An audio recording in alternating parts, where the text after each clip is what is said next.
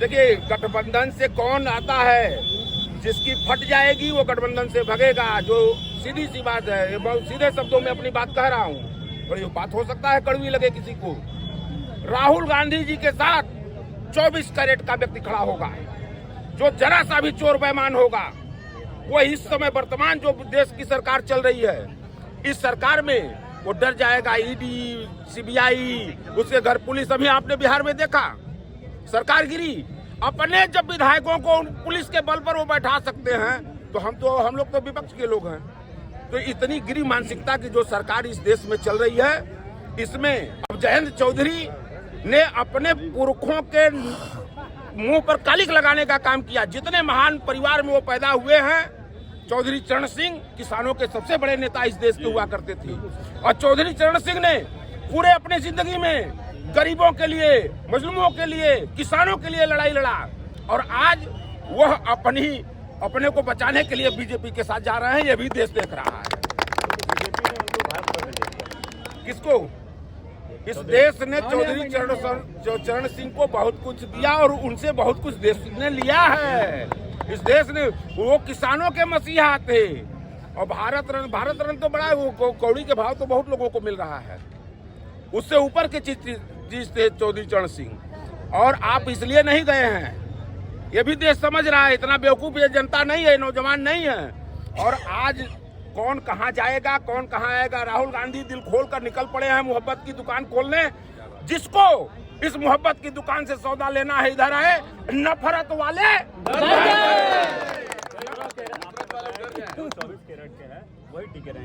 एकदम 24। आपने देखा कि राहुल गांधी जी को, सोनिया से, हमारी नेता श्रीमती सोनिया गांधी जी को जिस प्रकार से दिल्ली में 8-8 दिन ईडी ने वो किया, अगर हमारे राहुल गांधी के ऊपर कोई दाग अगर रहता तो आज 10 साल से ये सत्ता में हैं, अब तक ये चैन से बैठने देते।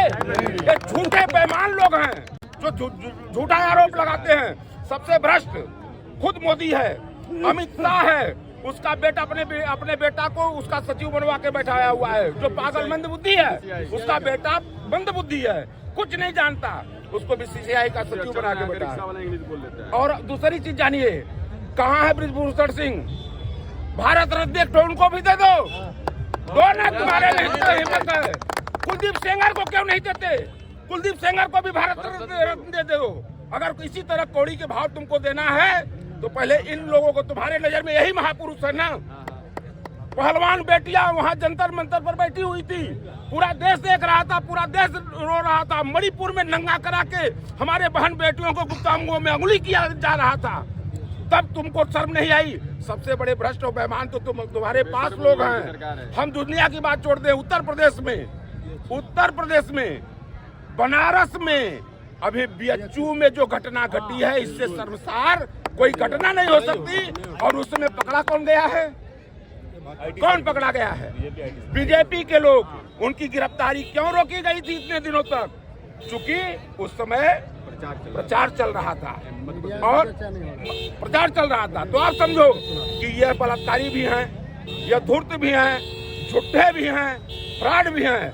राहुल गांधी जी इस देश के वह नेता हैं जो कहते हैं उसको करते हैं, जोड़ने का काम करते हैं। और आज के डेट में जितना इस देश में बीजेपी ने नफरत को फैला रखा है, हिंदू, मुस्लिम, सिख, पारसी, ईसाई, यह देश सबका है।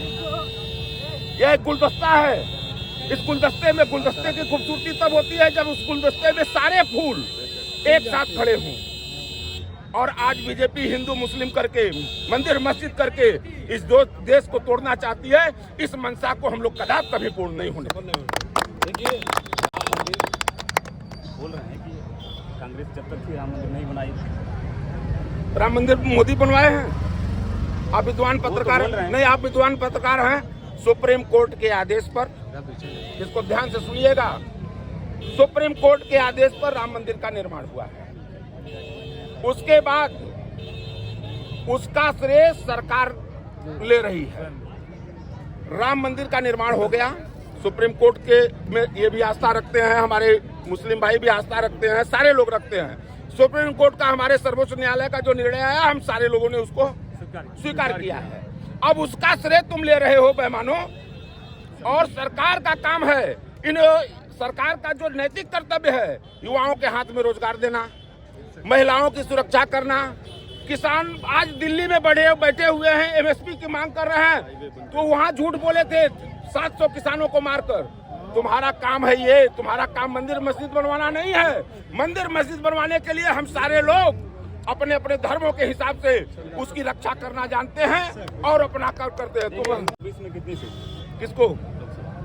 हम मोदी जी नहीं हैं। नहीं, मोदी जी नहीं हैं।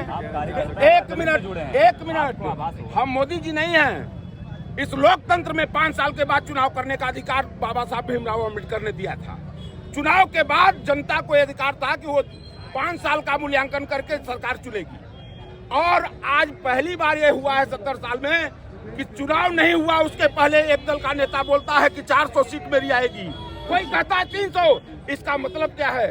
इसका मतलब है कि तुम चोर हो, बेईमान हो और ईवीएम को सेट करके रखे हो। ये देश समझ रहा है। और नहीं तो हमने वोट नहीं दिया, हमने वोट दिया नहीं, वोट पड़ा नहीं, तुम 400 पार कैसे कर दिए? कौन? क्या मल्लिकार्जुन? नहीं, बेईमान नहीं, बेईमान जब बोल रहे हैं तो ये बोले बताइए हमारा तो 400 प्लस रहा है। हमारा हम नहीं बताएंगे, हमारा जो बताएगी या जनता बताएगी। राहुल गांधी का की मोहब्बत की दुकान बताएगी, बेरोजगारों की बेरोजगारी से जो त्रस्त लड़के हैं वो बताएंगे कि इस 24 में मोदी का दिया गुल कर देना।